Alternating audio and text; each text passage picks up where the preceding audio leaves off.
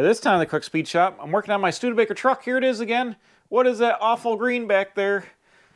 I have a paint fail on my tonneau cover. It looks good from 27 feet away. But it's too late to do anything about it. We got to run with it. And I'm going to fix some other things on here. Getting ready to go to the Piston Powered Show in Cleveland, Ohio. Next weekend, first weekend of April. So I got a ton of things to do. I got like 6.5, 7 days left. I'm scrambling. Let's see what I'm going to fix this time. We're taking right off where we left off last time. I'm going to finish up the tonneau cover. Last time I got it fabricated all up, but I didn't have time to paint it or nothing. And I got a plan. My buddy Ted came through. He had an idea. So I've been cleaning the metal up. I sanded it down and wiped it off with a wax and grease remover. And I was going to paint it flat black with rattle cans. And then Ted's like, why don't you roll it with a little nappy, fine nap roller? I said, I'm all about rolling. So we're going to roll some paint on this thing right now to finish her up. And the paint I got is Ace Rust Stop Hunter Green. Check this out. I don't know how old this paint is, but it's a little old. But it should be okay. I got my old metal rod stir stick here. Let's put a little stir onto it. It's going to match the green of the wheels, or pretty close to the green of the wheels, so it ties the truck together. And we're just going to roll it right on, right over the aluminum. I sanded it with 320 by hand, and I think it'll be all right. I've had this for quite a while. I forget when I got it, but the Ace Hardware in town went out of business about 5, 6, 7 years ago. And so it's at least that old, but I think it's going to be okay.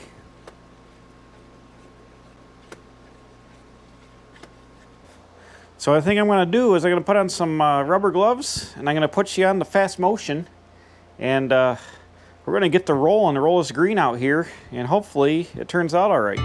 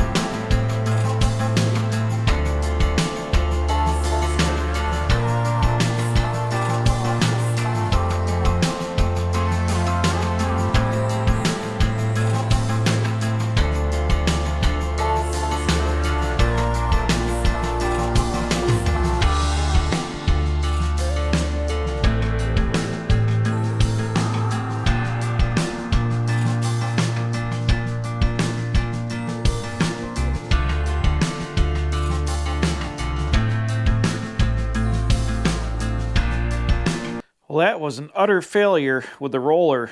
I had to get the brush out because it started putting all these like air bubbles into the paint like real bad. And I didn't know what was going on with that. Like this nappy roller here. I don't know if the air was getting caught in there or what. So I'm going to try... Oops, I should... Well, I've ruined everything. I should put the lid back on that. So I don't know what that was about, but you saw me get the brush out for the rest of it. I'm going to let it tack up some here, then I'm going to hit it with the roller. Again, maybe it needs some of this tack coat to go on there. I don't know, like I don't really want brush strokes, that's why I got the roller out, but it's gone on here. It's flowed out. Obviously you can see there's a bunch of dirt in it and stuff. It's shinier in the son of a gun, but it is what it is. I'm going to say this is a big fail. I probably should have rattle can primed it up in the air and rattle canned it flat black. But if I don't like it, I can always sand it down later and paint it or paint over it or do something, or just don't worry about it. What a disaster. I'm going to forget that paint project for now. That was a complete freaking disaster.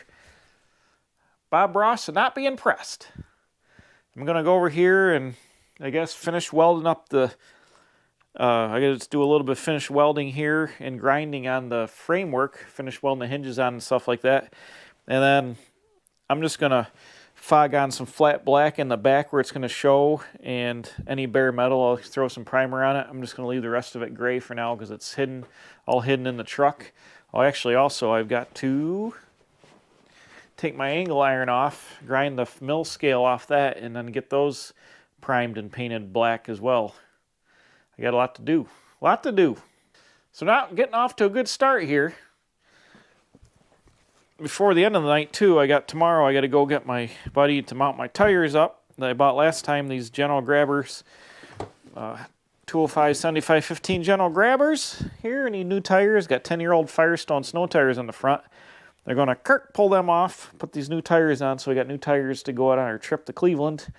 And I got like 9 days left, and there's a lot that needs to get done.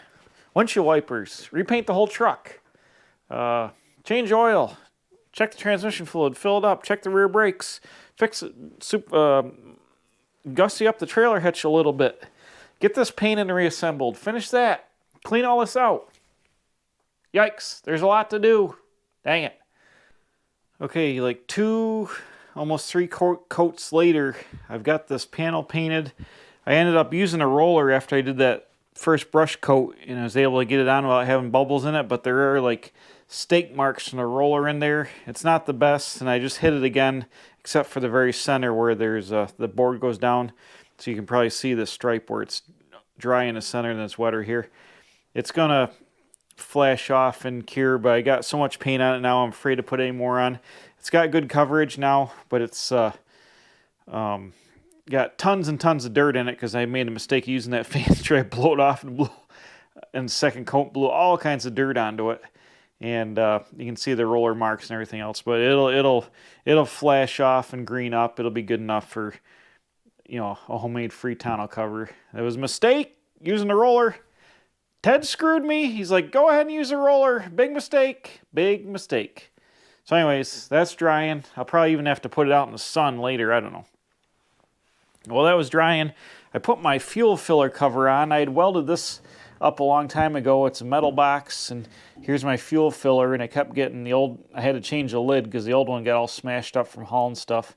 So I made this sheet metal box, and I drilled it, put 2 nutsert in it. I broke the nutsert tool off. It's 1024 screws. I broke the nutsert off in the second hole, so I got to get that out and redo it at some point, but I don't have a nutsert anvil to redo it, so what's the point right now? So anyways, I got my fuel cover installed there, so that protects that cover, and I'm about ready to pop the front wheels off, get up here with the impact, wherever that is. Let's go find it. Go ahead and here get my Ugga Dugga this thing off of here.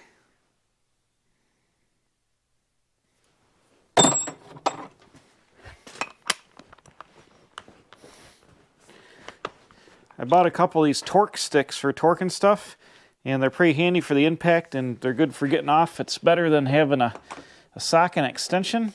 And why won't this fit on here? I thought these were 3/4. Apparently they're not. That's a 19 millimeter, too small. I need a 21 millimeter apparently. Aha, got it. Here I come, hold on.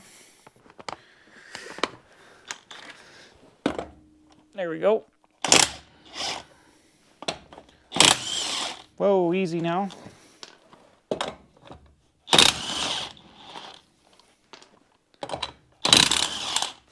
This is a dual pattern wheel.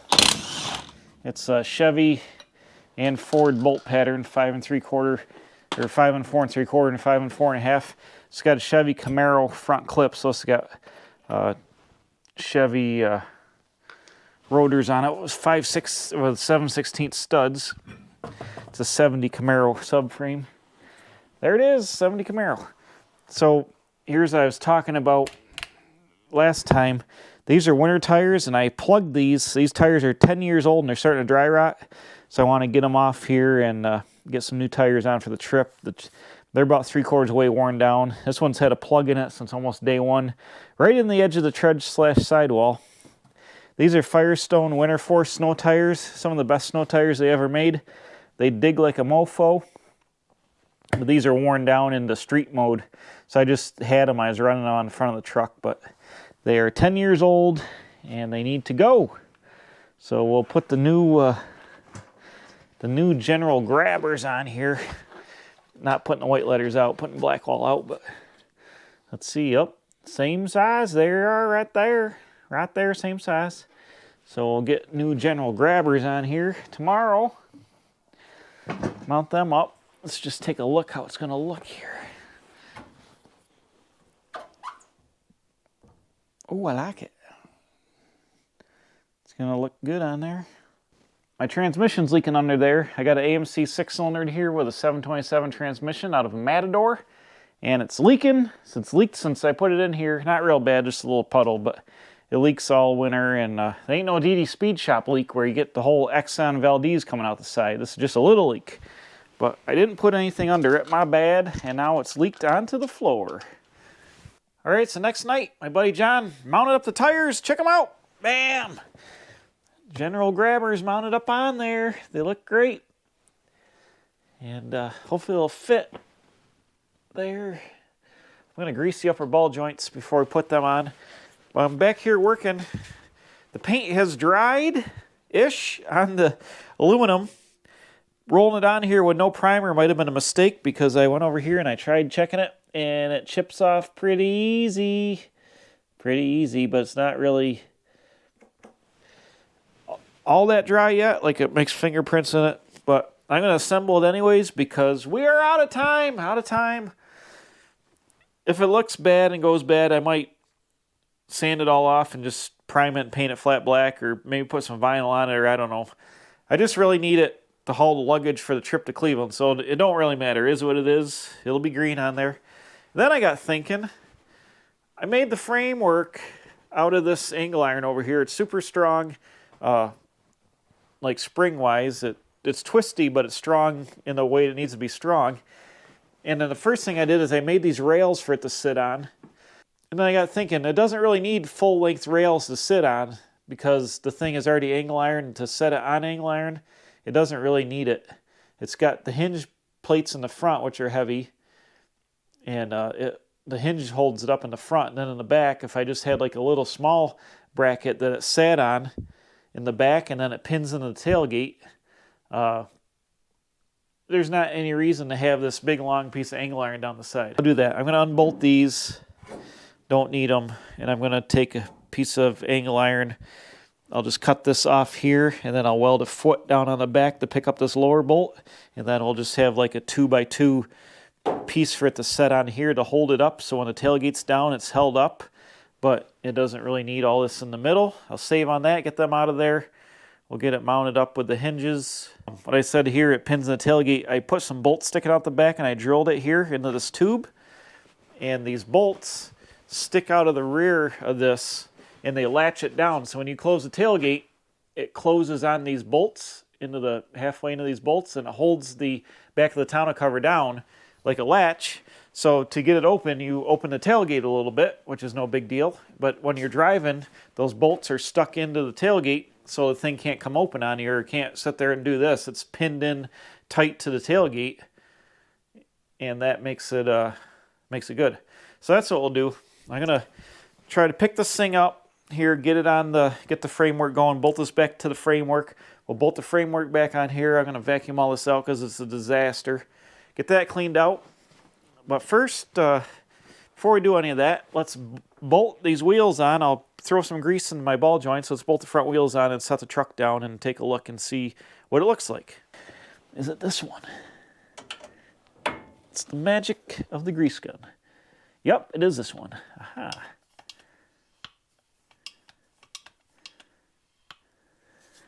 Give her some, there we go, give it a couple of pumps. Greaser on up. Let's get this guy up on here. We did some sticky weights on the inside of the wheels so they wouldn't be on the outside. Hoop.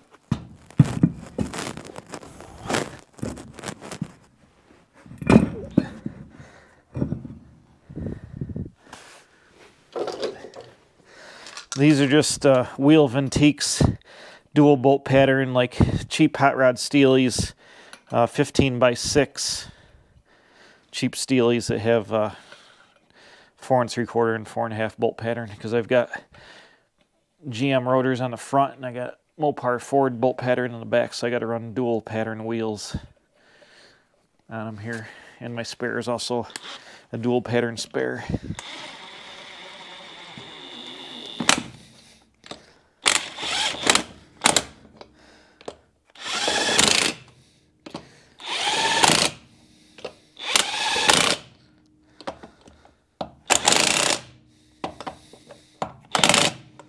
Not a fan of torquing the wheels down with the impact gun. I'll tighten them down, or I'll torque them with a torque wrench. I snug them up here just to get it down on the ground, but we'll torque them up with a torque wrench later. Other wheel on, and we'll set her down and get a look.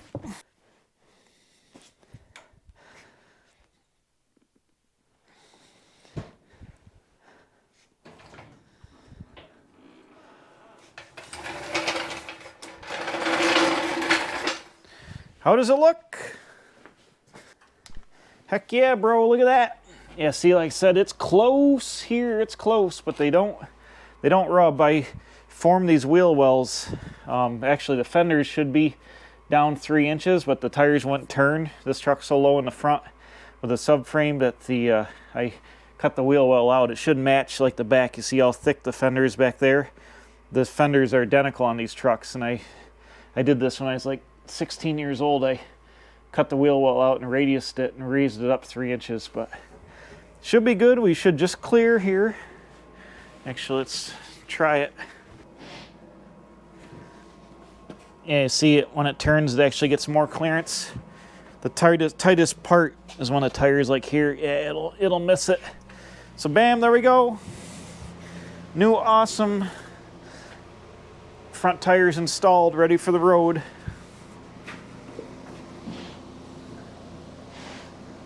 I like the sidewall on them. That looks good. I like the pattern. General grabbers. This ought to ride good. Now we got truck tires all the way around. So just let me get the. Let's go ahead and we'll put the tonneau cover back together here and get it on the truck, and then we'll open up the electric wiper kit that I bought from Speedway Motors, and we'll start thinking about that.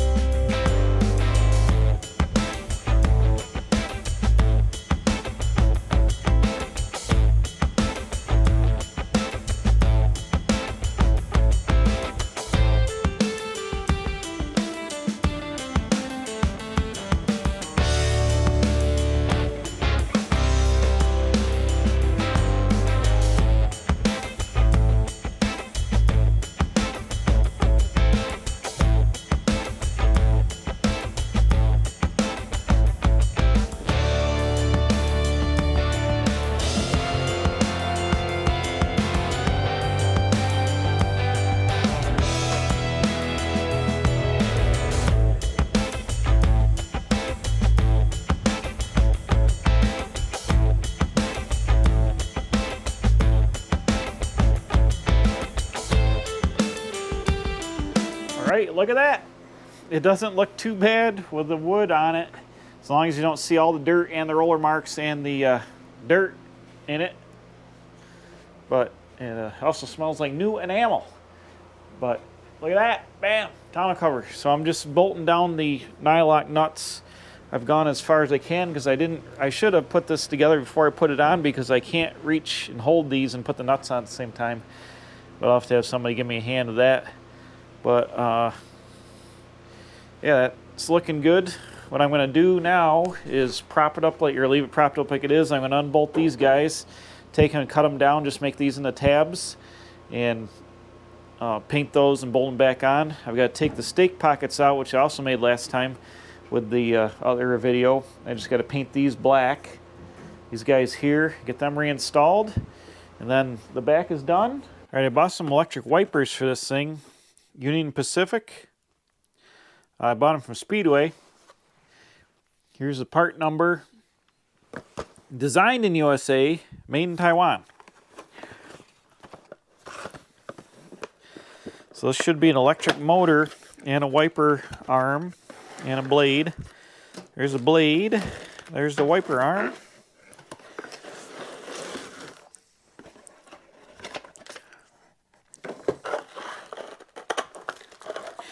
Here is the motor.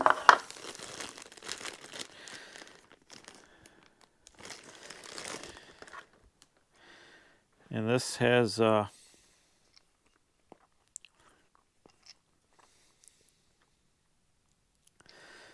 it's got a park feature, and what this wiper motor does is just a little universal motor here. It's got electrical connections on this side. We got to look at the directions. What we got? Switch, positive and negative. So I have a switch hooked to the steering column to turn the wipers on, so that'll go on the S terminal. Then got to run positive, negative to the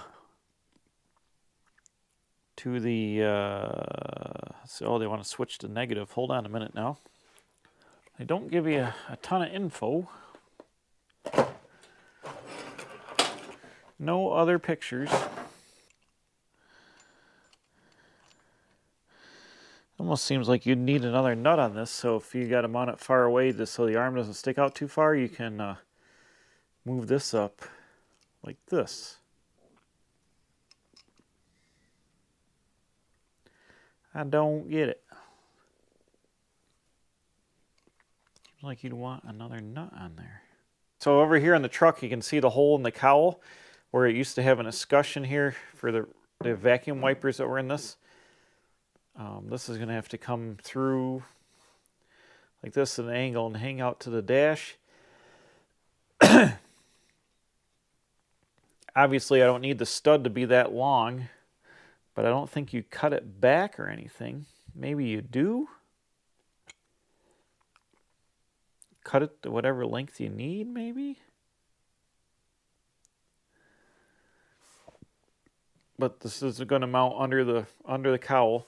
I'm thinking about getting a little piece of tubing, cleaning this up, welding a piece of like 3/4 inch tubing here, stick out like that, and then weld a washer to the top of it with a hole for this to stick through, so we'd have our way to land this, because it don't really have any way to land it in that hole that's there existing now on that angle like that. So I essentially make a standoff that's flat, then mount this to the back side. We got our dash to think about. I don't know why they don't give you any kind of instructions to figure out how to put this in. It seems like you need another nut to lock it down. Unless you trim this back once you get it where you want it to go. I don't get it. Don't get it. So originally these wipers both were in like this, and they go out across the windshield like this, operate this way. I think the way you could put this arm on any which way, you could have them both go the same way or go this way, depending on where you put the arm, because it's going to turn on. Well, it's getting late. I got to do some thinking about this. Let me go do some thinking, and we'll check it out in a minute. All right, guys, it's the next night. I'm out here working on the truck. I've got the tonneau cover bolted back on like we did last night, and I've got most of the bolts down. I've taken the side rails off because I've got the pieces of the support pieces. I'm painting them black. I've also taken that angle iron off the side of the box here now, and I've cut it down just two little 2-inch pieces that will bolt on here for the just the corners of this tonneau cover to fit on, and I already tried it, and it's going to work out good. So they're getting painted up.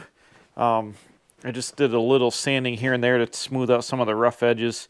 You can see in the primer there's a bunch of nicks in it here where I had stripped it with a razor blade, and this whole thing needs to be DA'd back down to bare metal and start over eventually, but we're just going to fog it with flat black. When we get to repainting it, I torqued the wheels down and put the hubcaps back on. They're good to go. But I just realized that I haven't showed you under the hood. For those of you who are new and haven't seen this truck, let's take a look under the hood. Last video I said it had an AMC 258-6 in it, but then I never opened the hood like an idiot. So we're going to do that right now. By the way, sorry this video's out on Thursday, not Wednesday. I'm still behind the 8 ball from the Sunday video was a day late. Now this video is a day late. And then this Sunday is Easter Sunday.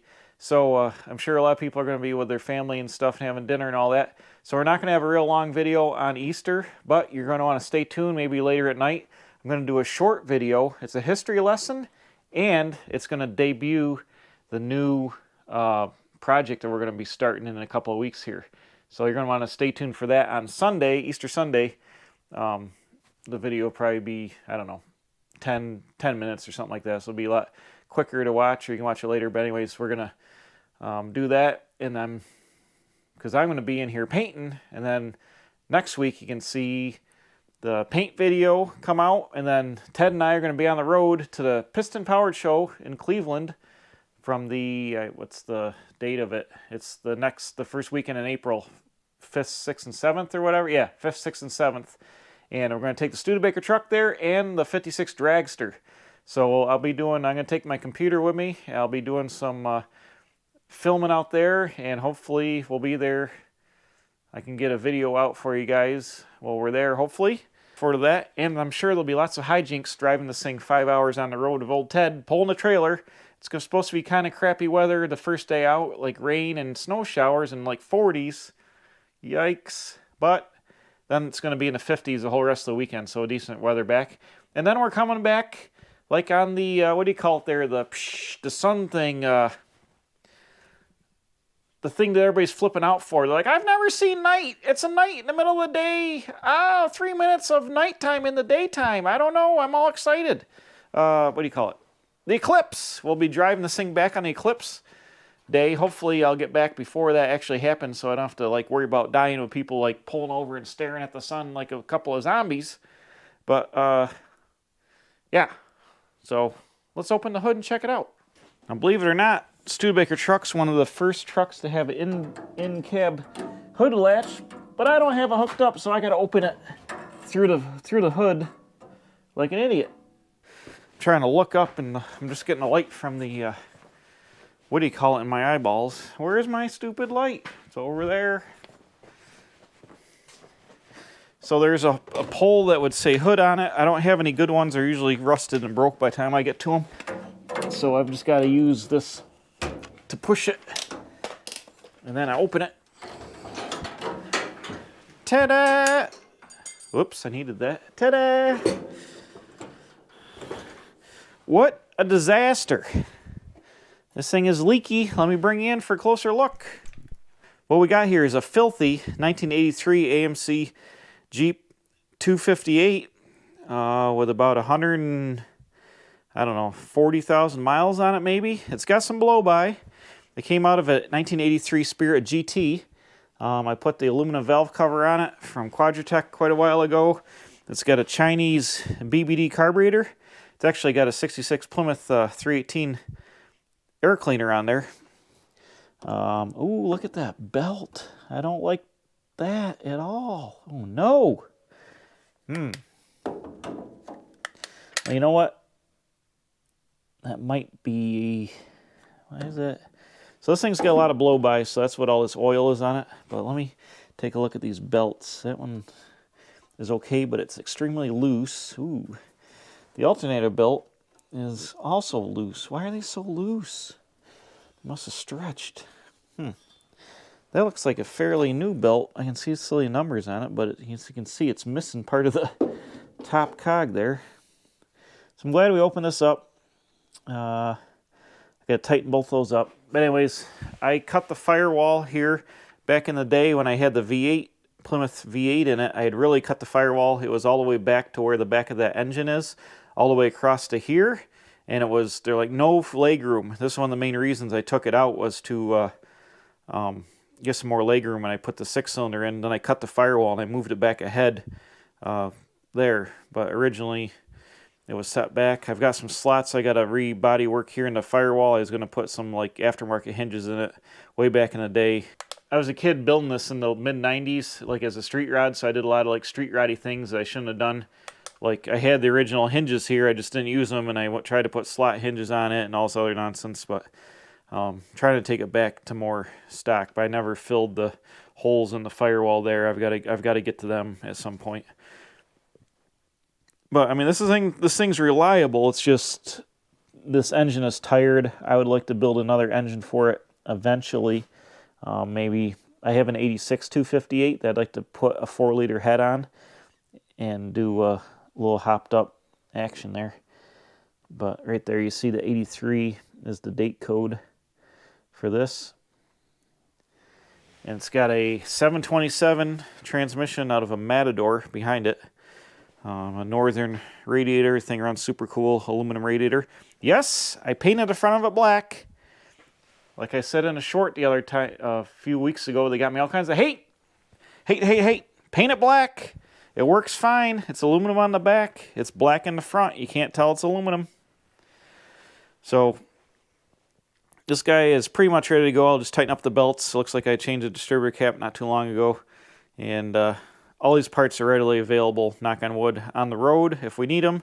I have an extra, I'm running a DuraSpark 2 ignition. That's what AMC ran. So I've got an extra DuraSpark box in the truck just in case. You can see there's 2 on there because I had the original one die on me on the side of the road. It's the one time I broke down. So I got another one zip tied to it because I never bolted it down.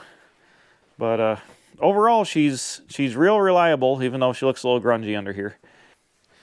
This thing is only about 115, 120 horsepower, but it's got a lot of torque, and it'll pull that trailer with a dragster down the highway 65 miles an hour all day long. You know, not a big deal. We got big brakes on this. We got 10-inch GM rotors on the front, or maybe they're 11s. Might be 11-inch rotors. Yeah, probably 11-inch rotors, whatever the Camaro, like a 70 Camaro, 70 to 81 Camaro would have had. And then on the rear end, I upgraded the brakes. It's got the 11 by 2.5-inch big Chrysler brakes on the back. So this has got pretty big brakes on it. It stops pretty good. There, we got a heater. Whoop, right there. So I'll check all the fluids. I'm going to change the oil.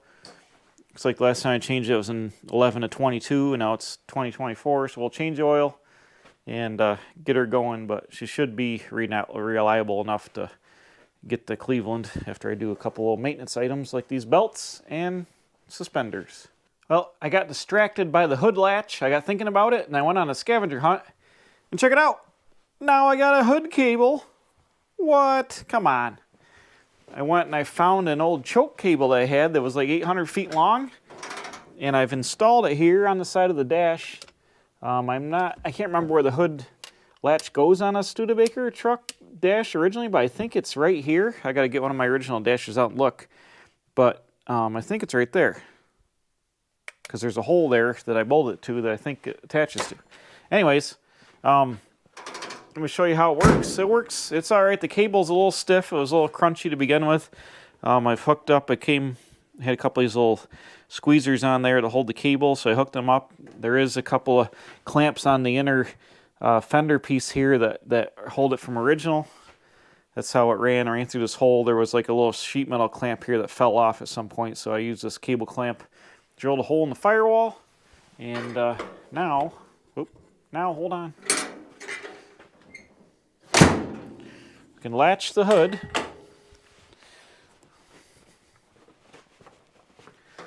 Like I said, it's a little stiff. That's what she said, but it works. I come over here and I go, latch the hood. Did it work? Oh, there we go. It just popped it. You come up here. You can see it's pulled back. The cable won't release on its own right now because it's stiff. But if I push it back in, it goes back to normal, because the spring is pretty stiff on this, and there's a little bit of slop in the cable. So it's not going to hold it open. It's permanently latched all the way. So this guy will just sit here and ride. But I can't believe it. After like 30 years of pushing the latch by hand, I finally have a hood latch cable again. It's an awesome win. I love getting ready to go to shows. Like, it makes you fix everything that was junk on your ride. So I still haven't done anything in the wipers. I think I'm going to wait and do that in another video because I got to get this one out now. It's like 9:30 at night on Wednesday, and I got to edit it all and upload it to get it out Thursday, which is right now for you guys. So what we did a bunch of painting on my brackets. Got the crazy green paint that looks like crap from close up on the tonneau cover, but overall it gives a good look. It ties the wheels into the truck, and I thought about painting the running boards green actually, so the wheels are running boards and that would be green, but I think I'm going to hold off on that because they would have been black, I think, on all the trucks anyways, and I've Herculined them to make them so they're not slippery and they're pretty wonky. But anyways, got this guy all painted up and bolted together. Right now I'm just waiting for the paint to dry on the brackets here. I can put them in, and then all this is done back here. And essentially all I got to do is figure out if these wipers are going to work. Got to weld some little bung action in here, get them going. Then wipe this whole thing down with lacquer thinner, scuff it with Scotch-Brite real fast. This is actually already sanded because I painted like crappy gloss and I scuffed it with Scotch-Brite years ago. I'll just scuff the whole thing real fast, tape up the windows, tape up the grill and the headlights, and get out the Rust-Oleum in the turbo can right there. Bam! 4 times faster. Large projects. And flat black this whole thing again to make it one color. That's going to be awesome, but now I have 6 days to get this thing ready to go. And I still need to do all that stuff, paint it, change oil, fill up all the fluids, hook up the trailer and all that stuff, get the dragster ready to go. Got a lot to do. So, another successful, not a lot happened, but a lot got done that I needed to get done, and I figured some things out and fixed some things that had been not done for years and years and years and years and years and years and years. So be sure to tune in Easter Sunday. I'm going to do the video. It's going to be a teaser of the next project coming up. It's going to be super awesome. It's another completely full build, pretty much from the ground up, customizing a vehicle. I'm doing a recreation of a vehicle from my past that I've never talked about, and it's something that got sold almost 40 years ago, and I looked around for it and I couldn't find it, so I'm going to recreate it. So you're going to want to stay tuned for that. It's going to be a shorter video, but I will tell you the history and the backstory, and I've already purchased the vehicle. It's going to be changed into this thing, so the parts are in motion. It's going to happen. So you want to stay tuned for that on Easter Sunday. It'll just be a shorter one, and then we'll see you on the road at the Piston Powered Show in Cleveland next week. So thanks for watching. I got to edit this video and keep working on the Studebaker. I got a little bit of time left to go to get to that show. Thanks for watching. We'll see you next time on Easter Sunday with the teaser of the new project here at the Quick Speed Shop.